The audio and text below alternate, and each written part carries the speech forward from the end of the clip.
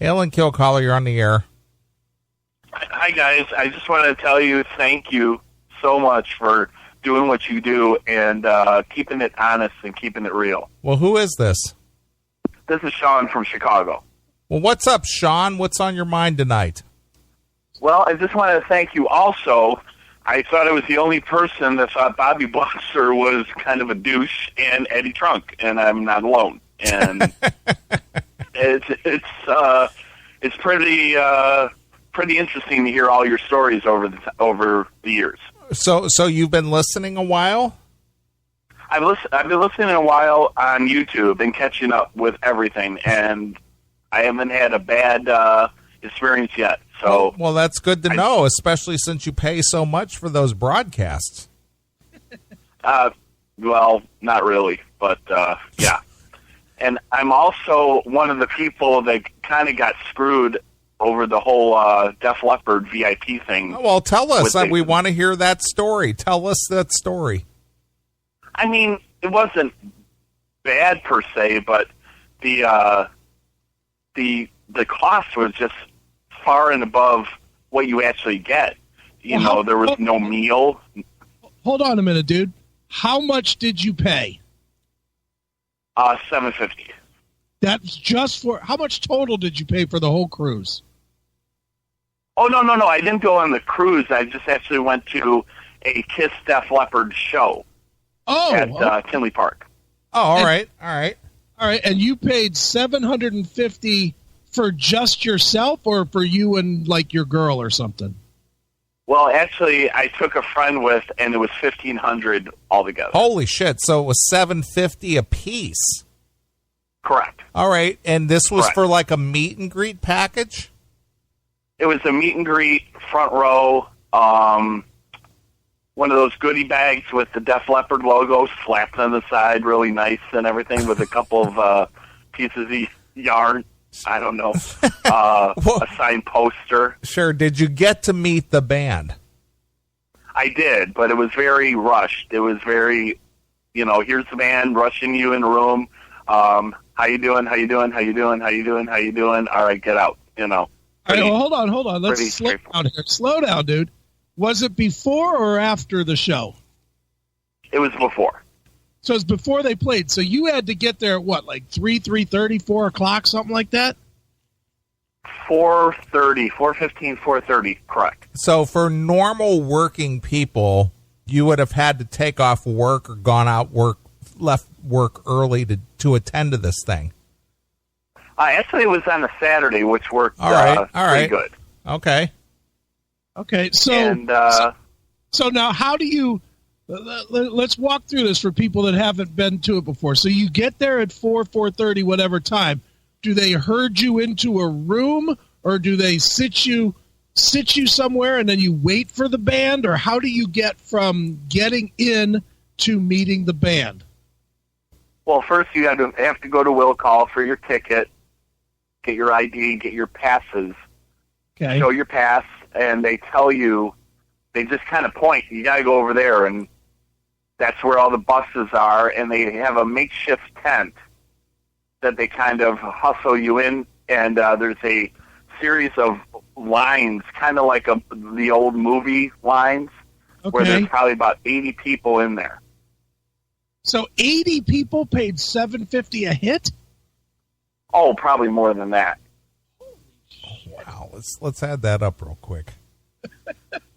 And that was at Tinley Park, and it was the middle of the summer. It was probably about 100 degrees in there. Wow. Oh, my God. So we'll say 80 people. That's $51,638. Right, and Def Leppard was at the low end. Kiss was charging way more. Yeah, but you went to see Def Leppard, though. You paid the $750 for the Def Leppard. Right, they're my number one favorite band. All right, well, so Def Leppard just at that one meet and greet cashed out at almost $52,000. Wow! All right, so now, all right, so you're in line. It's 100 degrees. You're sweating. How long did you stand in line before the band came into the tent? About an hour. Oh! About an hour. In 100-degree heat. Did they even give you a bottle of water? No, but we were in a tent, which was a little cooler than outside, so it wasn't too bad. But it was my first experience with VIP. So right. Well, after it was over, did you walk away thinking, "Man, I just met rock stars," or did you go, "What the fuck was I thinking spending $750 for that?" It was kind of split. It was, yes, I met rock stars, and I met my idol, Rick Allen. I mean, who doesn't think that guy is awesome? Did you shake his stump? Oh, Jesus. That's so bad. No, but I tried not to break the other arm, you know. When you come up on Rick Allen, does he wear a shirt where the stump is, like, closed off, or does he have it open where you can see the stump? Yeah, actually, it looks like he cuts the sleeve off, you know, to leave like a circle, and then it has the embroidered British flag on it, actually. That covers the stump. Right. All right. Okay. So now let's go backwards a little bit. You've waited an hour. They bring the band in.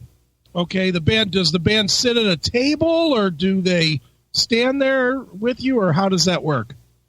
They're standing behind in front of a backdrop that says Def Leppard, the triangle and everything, and they talk to you for about 5 minutes, and then you get a group picture with them. Okay, so you have to go in with what, a group of like 5 or 10, or how many? Well, it depends. If you're with people, you can either get a group picture with the people you're with, or you can get a solo picture with you and the band, kind of whatever you want, as long as it's not taking too long. All right. So do you think that you literally got 5 minutes, or do you really think you got like a minute and a half? I got probably 2.5. 2.5 minutes. And how many people were in your group? Just me and my friend. Okay. Now, did each of you get to say something to each member of the band, or did you just kind of shake, turn, picture out? It was shake, talk. So pretty much. I mean, they were very cordial. So did you say to Joe Elliott, so what was it like recording Pyromania? No, he probably would have punched me in the face. But you know what? That would have been worth the money, actually.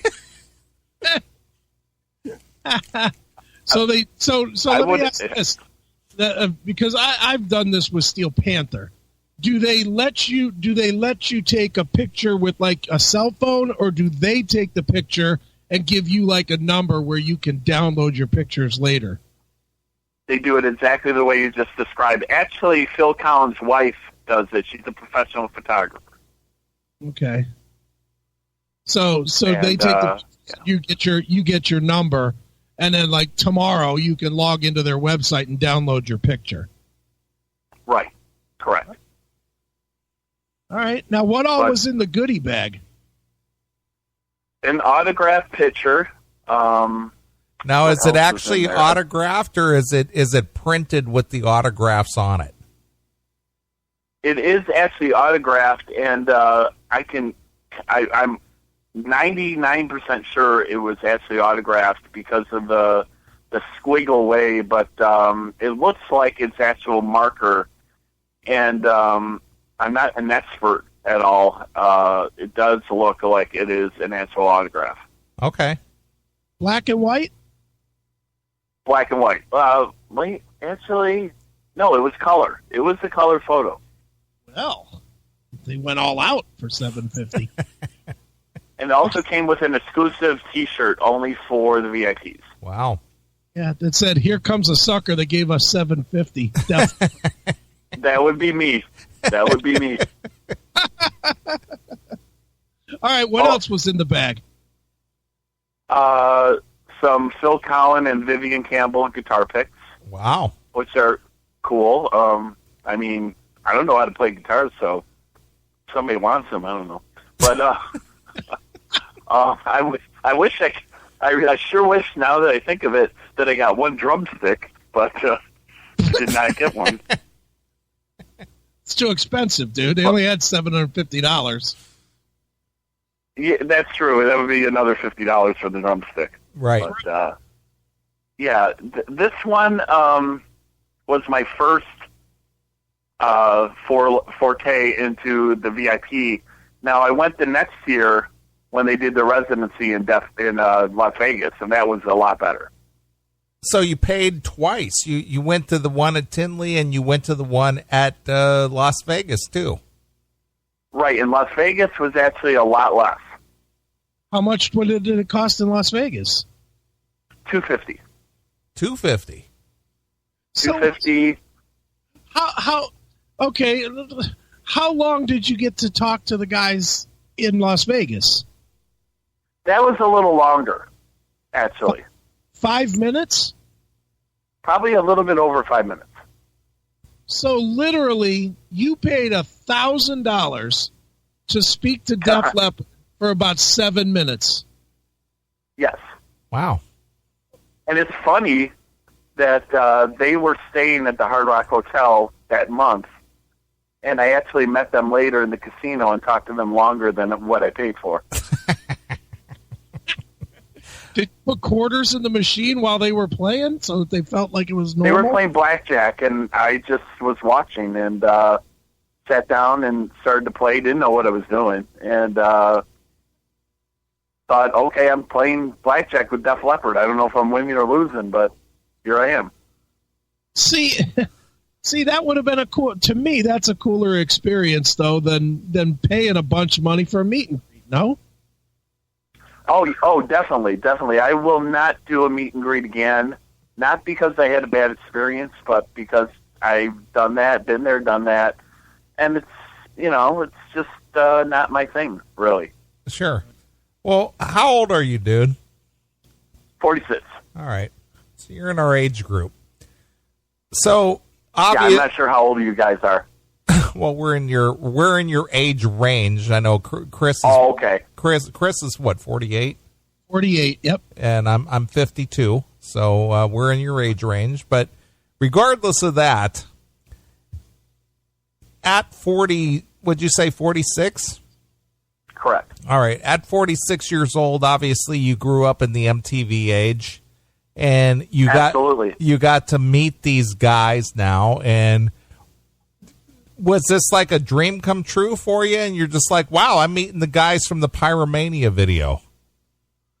Right. More so. Well, I actually got into Def Leppard. I mean, I remember the Pyromania stuff, but I really got into them with Hysteria. Sure. And the whole fascination with how is this guy playing drums with one arm? Seriously, I had to look at him and say, wow, how is he doing that? Is that the same guy that did Photograph, really? Wow. Oh, okay. Nice. So how long have you been listening to the CMS? Probably about 8 months. Okay. Well, probably more than that. Probably over a year, actually. Nice. And what do you like best about the show? The honesty. I mean, if you think somebody's a D-bag, you're going to say somebody's a D-bag. Well, you can say douchebag, dude. It's okay. Okay. Well, if you think somebody is a douchebag, you're going to call them out and say, yeah, you're a douchebag. Right.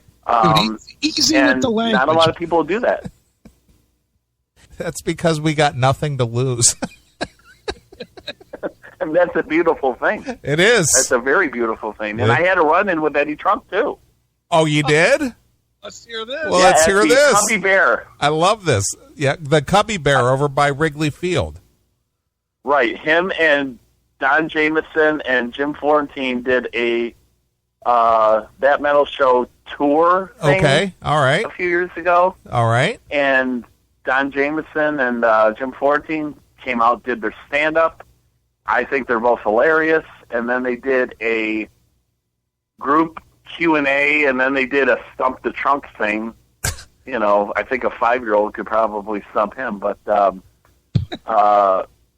you know, people in the audience would come up and try to stump him. And then he was signing his book.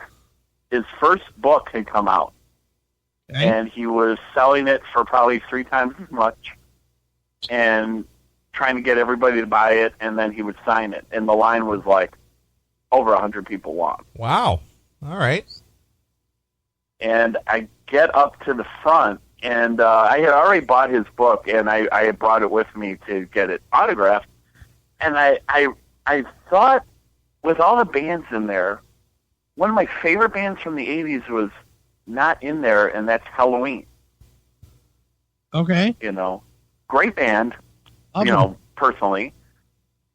And I asked him why, and he just stopped what he was doing, looked at me, he goes, because they fucking suck. Really? That came out of Eddie Trunk's mouth? They fucking suck? Yeah. I'm like, wow.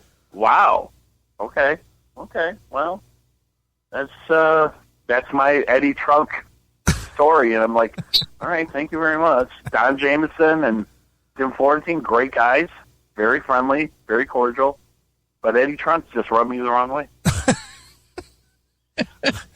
We know all about that, dude, or at least I do. Chris is a Trunkophile, though.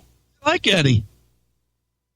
I mean, I like his interviews, but him as a person, I'm not too sure of. I mean, I don't know where. You know, I think he's probably got a little bit of an inflated ego, obviously, but you know, you should not carry that into public situations. You know, keep that at home. Right. You know. Sure. If you, I don't know, beat the hell out of your dog, whatever. You know. All right. I like you, dude. I like your honesty. Well, you know, I get that from you. I hear all the time, and I cannot wait for updates on Blotzer. I cannot wait because according to your Facebook page, he's a drummer in every band today and yesterday. It's great. Thank the CMS fans for that. Yeah, really.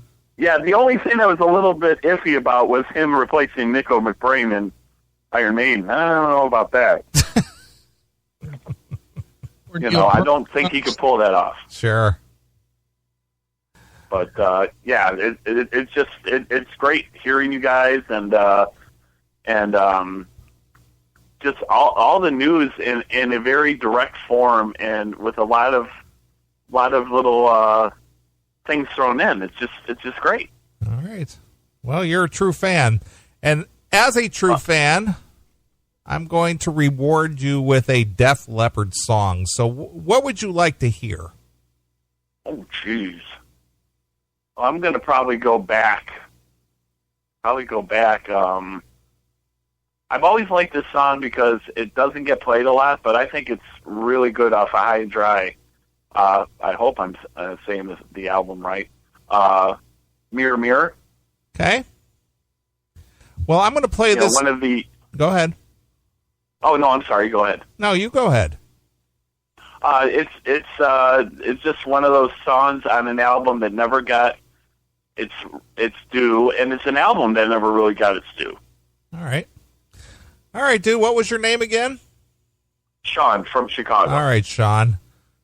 Where in Chicago area are you? I'm right near like Lawrence and Cicero in Chicago on the northwest side. Okay, excellent. All right, by the Copernicus Center. I gotcha. All right, Sean. I'm going to play a tune for you here, and we're going to come back. So here's some Def Leppard. It's Mirror, Mirror. Thank you, man. From High and Dry, exclusively here on your classic metal show. Awesome, man. Take care, guys.